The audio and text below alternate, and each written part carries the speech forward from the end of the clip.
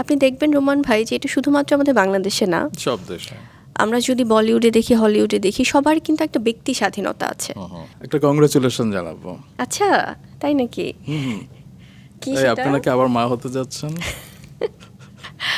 O ফাল্লা, please please please আপনি আবার বলেন না যে আমার বিরুদ্ধে মামলা ঠুকে দেবেন, কারণ আমি নিউজে দেখেছি যে যারা এই ধরনের খবর বলছে আপনি নাকি না না না না, আইনি না, ব্যবস্থা না, নেবেন। একদমই না ভাইয়া, এটা আমি প্রথমেই বলে নিই, কারণ হয় কি দর্শকদের জায়গা থেকে তাদের অনেক ধরনের পারসেপশন থাকে, এবং আমি ব্যক্তি বুবলি মানে আছে না, আমাদের তো আসলে একটা পার্সোনাল লাইফ থাকে, তার বাইরেও তো প্রফেশনাল লাইফও থাকে, যেহেতু আমি একজন চলচ্চিত্রের নায়িকা বা অভিনেত্রী।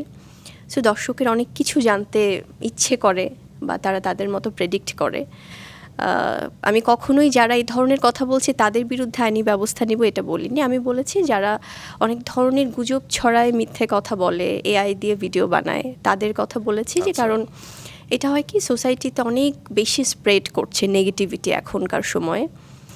আমরা কোথায় যেন মানে পঙ্গু হয়ে যাচ্ছি আসলে মানসিকভাবে, এটা আমার বলতেই হচ্ছে। কারণ যেহেতু মানুষ এখন অনেক বেশি সচেতন, আর আপনি যে কথা বলছিলেন যে কংগ্রেচুলেশন যেটার জন্য বললেন, যেহেতু আমি একজন married person, I am not divorced, so সেখান থেকে আমি প্রেগনেন্ট হচ্ছি কি না হচ্ছি বা এটা বলছি অডিয়েন্সকে বা কখন বলবো বা বলছি না, এটা সম্পূর্ণ হয়তো আমাদের ব্যক্তি স্বাধীনতা, কারণ তখন কিন্তু আমি ব্যক্তি মানুষটাই হয়ে যাচ্ছি।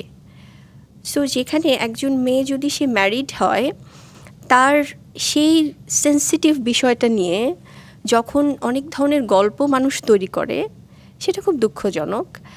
আর অনেকে হয়তো মানে বলতে পারে যে আচ্ছা উনি মানে সব কিছু কেন আমাদেরকে সব কিছু জবাবদিহি করতে হবে অডিয়েন্সের কাছে। মানে আমার দর্শকেরা তারা হয়তো বা আমার কোনো সিনেমা দেখছে, সেটা নিয়ে কথা বলছে, গঠনমূলক আলোচনা করছে, সেটা যেমন একটা বিষয়, তেমনি আমাদের কোনো ব্যক্তি বিষয় আমরা কখন বলবো বা বলবো না, সেটাও তো আমাদের উপর একটা, আমাদের নিজস্ব একটা সিদ্ধান্ত। এই ধরনের উত্তর শুনে কিন্তু অনেকে স্পেকুলেশন করছে যে ওকে নিশ্চয়ই সময় হলে জানাবে। হয় না যে অনেক তারকারা বলে যে প্রেম নেই প্রেম নেই প্রেম নেই, পরে দেখা যায় তারা বিয়ে করে ফেলেছে, আবার বলে যে ওরকম কিছু বাচ্চা বিষয়ে কিছু হচ্ছে না, পরে দেখা যায় যে বাচ্চা নিয়ে হাজির হচ্ছে আর কি। হ্যাঁ, তো সেই কারণে হয়তো ব্যক্তি স্বাধীনতা সবার। আপনি দেখবেন রোমান ভাই যে এটা শুধুমাত্র আমাদের বাংলাদেশে না, সব দেশে। আমরা যদি বলিউডে দেখি, হলিউডে দেখি, সবার কিন্তু একটা ব্যক্তি স্বাধীনতা আছে।